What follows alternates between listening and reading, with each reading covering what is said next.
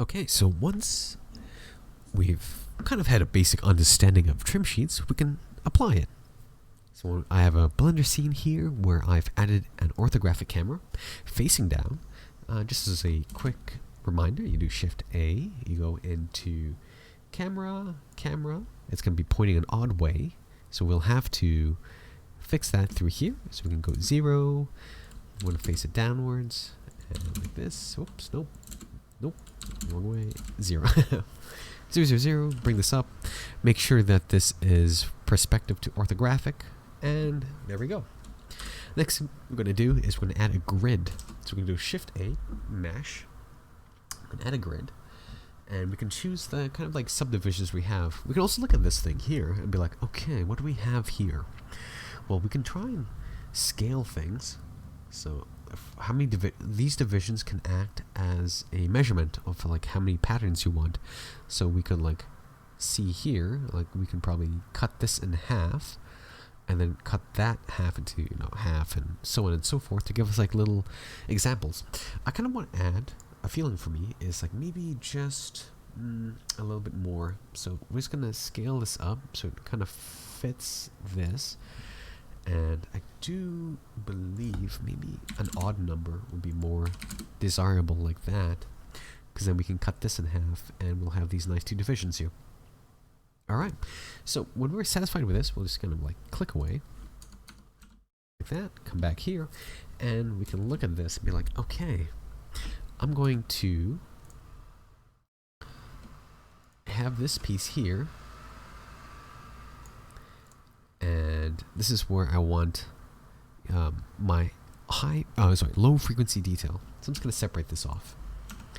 Next one, like, okay, I kind of want this to be my medium frequency detail, and we're going to split this one off. And then these tiny little trims here, I just want like two separate patterns. So we have our trim sheet kind of like laid out, basically. Ideally, you'd want to have a concept done beforehand. However, if you're looking to explore it and kind of like react to what you have, which is what I love doing, it's something that's personal to my own workflow, is just generate small pieces, bash them together, and start reacting to it. It's something that I like. So that's the technique I'll be showing here. So we have our divisions here, and just make sure that our scale is applied. And now we want to get sculpting. The thing is, I don't think these have support loops, so if we add like subdivision surfaces onto these, it might be problematic. So let's take a look at this. If we do multi-res and subdivide this, you'll see the corners are getting edges here.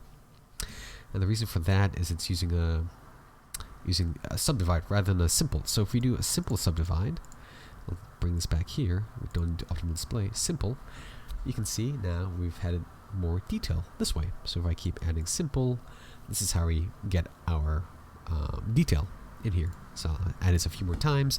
Another thing to note, that when we start sculpting, we might not have the proper normals showing, and so we just have to make sure that everything is auto smooth on all these elements, like this and like that. And we can go back here, and this might be enough to start seeing our base shapes. These might be rendering at a hard faceted edge, so just make sure that we have shade smooth applied. So we can select all these. Shade smooth is now applied, and let's go into sculpting. So I'm just going to remove this wireframe to look at that, go to sculpture, and now let's bring a window up so we can see what's happening. I'll hit T and N, and then let's go back to our normals. Now, if you don't really like these colors or don't understand normals, you can use any of these other matte caps just to see what the forms look like. I like using normals maps because after a while you'll understand what the directions are. And let's start sculpting here. So actually, before we start sculpting, there's a few things you have to set up, and like we want the tiles to be really nice across, and to do that we'll have to go to our brush settings here and make sure that tiling is on. I've went ahead and set it up here. So our tiling is in Y, mainly because the way the orientation is, Y is pointing this way, so we want the Y direction to go that way. And you can set like how much of the tiling you need. So it's just basically to keep the patterns consistent. So like, look what happens when I do that. The patterns are kind of repeating itself. If you want it to be reverse and have a mirror, we can have a mirror like this, and now our patterns come to a convergent point. Just to have, like, say, maybe you want the eye to be drawn to the center here. So just different ideas for pattern creation.